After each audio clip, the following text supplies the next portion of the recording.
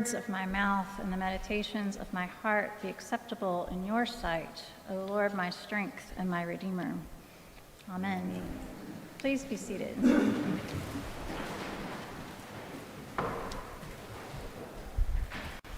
So I don't know if you noticed today, but that we did not read a psalm together between the Old and New Testament readings like we usually do. We still had a congregational response, but the lectionary, or the schedule of readings that we have for this Sunday, gave us a choice. We could read Psalm 30, which is a lovely psalm, or we could read the passage that we did from Lamentations 3.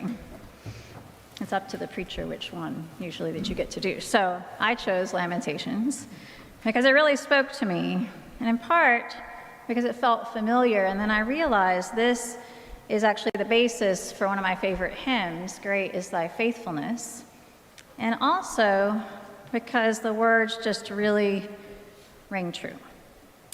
This I call to mind, and therefore I have hope. The steadfast love of the Lord never ceases.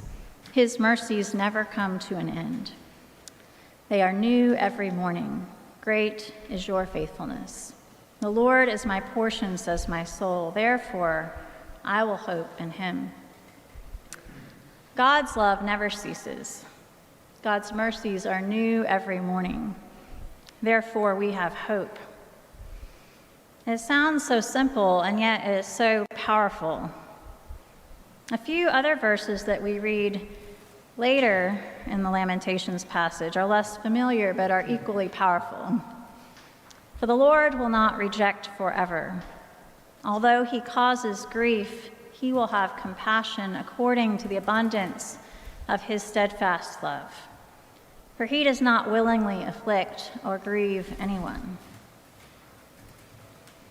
Although he causes grief, he will have compassion. There's a lot to ponder and think about in those 8 words. Does God cause grief? I don't think so, like from my perspective, but the writer of the Lamentations seemed to think so. To me, I think it's more that God doesn't stop grief-causing events from happening to us and those we love. God allows us to experience all of life, and with life comes grief of all kinds. We grieve those who have died. We grieve missed opportunities. We grieve friendships and relationships lost. The more important question for us to consider, rather than getting stuck on why, is this: how does God respond to us in our grief, and how are we supposed to respond to one another? As we read in Lamentations 3, God will respond with compassion. And so God sets the tone. He gives us the example of how we are to respond to those who are suffering grief of many kinds. We are to have compassion like God out of the abundance of our steadfast love for one another. Now, some of you may have already realized this, but one of my favorite writers and podcasters is Kate Bowler, and I know that I've mentioned her in a sermon or two before, or a daily reflection. And some of you read her book with me last fall, and we'll read her new book again, her new book together this fall. But she always signs off her podcasts and on short things that she writes, "Have a beautiful, terrible day." So recently someone asked her, "Why do you keep asking us to have a beautiful, terrible day? Why terrible? Why not just beautiful?" And this is what she said. "Well, it came from the thought I kept having when I first got sick with cancer, that somehow I could see more, feel more, appreciate more of the wide spectrum of life. And it turns out that there's this perfect quote from pastor and writer Frederick Buechner, who said, 'Here is the world. Beautiful and terrible things will happen. Do not be afraid.'" Bowler says that life can be both wonderful and terrible, gorgeous and tragic, and that these opposites do not cancel each other out. Now, in theory, I love this Frederick Buechner quote, and I love that Kate Bowler is always wishing us a beautiful terrible day. But in practice, in the moment, it's extremely hard to hold on to that truth that beautiful and terrible things will happen and that we should not be afraid. I feel like it's easier to see the beauty intertwined with the terrible when we look back, maybe with at least a few days or a few weeks or months, to give us the perspective of not being right there in the middle of the beautiful, terrible moment. I think you can realize it in the moment, but it's a little harder to do. So, I'm going to give you an example from my own life of a few beautiful, terrible days that I've experienced as of late. I could pick ones from throughout the course of my life. I'm sure you all could do the same. And so I share this story just to kind of get you all thinking and reflecting on maybe it will bring up for you some other similar moment that you have had that kind of resounds with that idea of a beautiful, terrible day.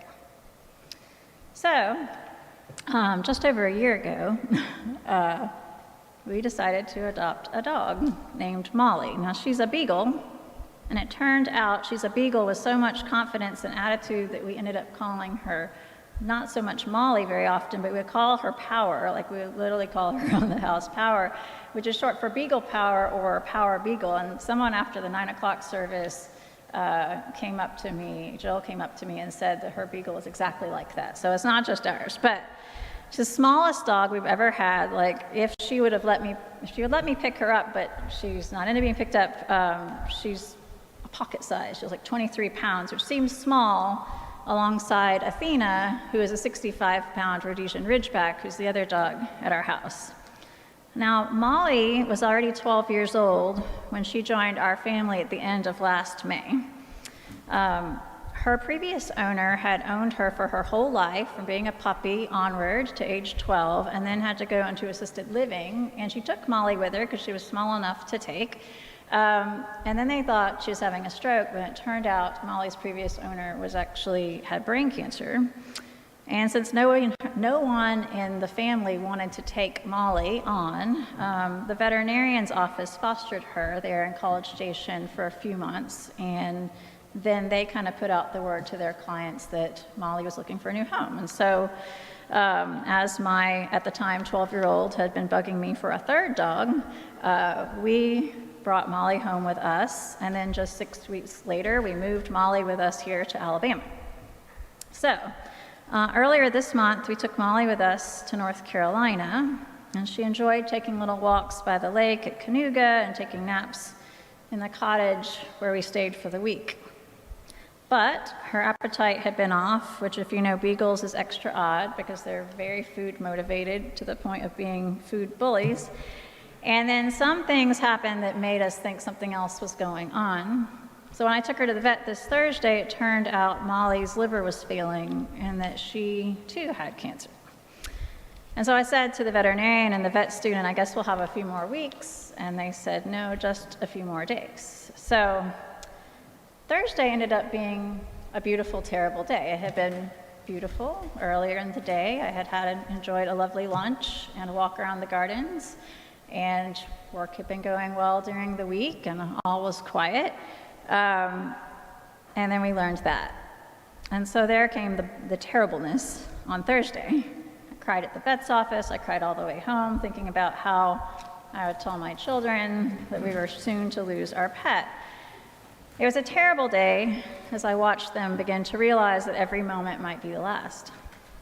But then Thursday was also a beautiful day, in the way that the veterinarian and the staff took the time to get a clear diagnosis and did what they could to make her comfortable and showed compassion to me in that unexpected moment of grief.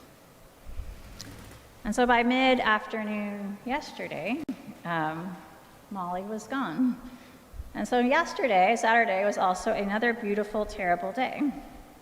And I don't share this to bring you down or to seek pity, but just to kind of be relatable that that we too have beautiful, terrible days. But it was a beautiful day in a lot of ways. It was a beautiful, sunny June day. It was beautiful and getting to go down to Graceworks and see some of you and see all the good work being done there. It was beautiful with the kindness of the person on the phone at the emergency animal hospital. It was beautiful when I got there and they asked me about what she was like and treated me with compassion despite the oddness that I was bringing a dog to them that they had never actually had the chance to care for in life because it was Saturday and our normal veterinarian's office was not open. And it was a beautiful day in the sense that Molly didn't suffer long and we knew she was at peace. And then at the end of the day, I felt the need to kind of do something to embrace life. So at dusk, I went out in the yard and I finally finished cultivating the section of our garden boxes, and I planted some sunflower seeds as it was getting dark. And I think that once they finally pop up, they will remind me of beautiful, terrible days. Now, as it happens, today's gospel is also about another beautiful, terrible day. In this passage from Mark 5, we find two intertwined stories of grief and compassion. The passage opens with Jairus asking for Jesus to come quickly and to heal his daughter, his only daughter, a 12-year-old who seems on the verge of dying. Jesus stopped what he is doing and he started to head to Jairus' house. But as often happens when Jesus is on the way somewhere, Jesus got interrupted. And he ended up having an encounter with a woman seeking healing for herself as someone who had been bleeding continuously for 12 years. For Jairus and his daughter, the day began as a terrible one, with the prospect of a young life full of promise being cut short, and the prospect of parents and relatives grieving her loss. But the day was also beautiful in the way that Jesus showed compassion on them by coming to them, giving the family dignity in their difficult moment, and then tenderly saying, "Little girl, get up," making sure she was fed, and that their family's privacy would be maintained by asking that no one share the details of what had happened. But in between the bookends of the story of Jairus' daughter, we also find the story of the woman who was hemorrhaging. And this, too, was a beautiful, terrible day for her. It was a terrible day because it was yet another day that this woman had woken up, no doubt, in pain and discomfort and fear, just as she had for 12 long years. The bleeding just wouldn't stop, and nothing she had tried had taken it away. Nevertheless, she held on to the hope that all it would take to be healed was to just touch Jesus. And she didn't mean for him to even know. And how could he? Jesus was making his way through a crowd, bumping against and being bumped into by all sorts of people. How would he know that she had touched him? But somehow Jesus felt the healing power go out from him, and he stopped to find out just who had touched him on purpose, not on accident, who had touched him because she was hoping for healing. And it ended up being a beautiful day because not only did she reach out in faith to Jesus, but it was beautiful because Jesus did not reject her because of this act of faith. Rather, he turned to her and said, "Your faith has made you well." So I believe Frederick Buechner was right, and Kate Bowler is right. In our world, beautiful and terrible things will happen. And when they do, and even when we feel afraid and overwhelmed, God will show us compassion, which we in turn can share with others. This I call to mind, and therefore I have hope. The steadfast love of the Lord never ceases. His mercies never come to an end. They are new every morning. Great is your faithfulness. Amen.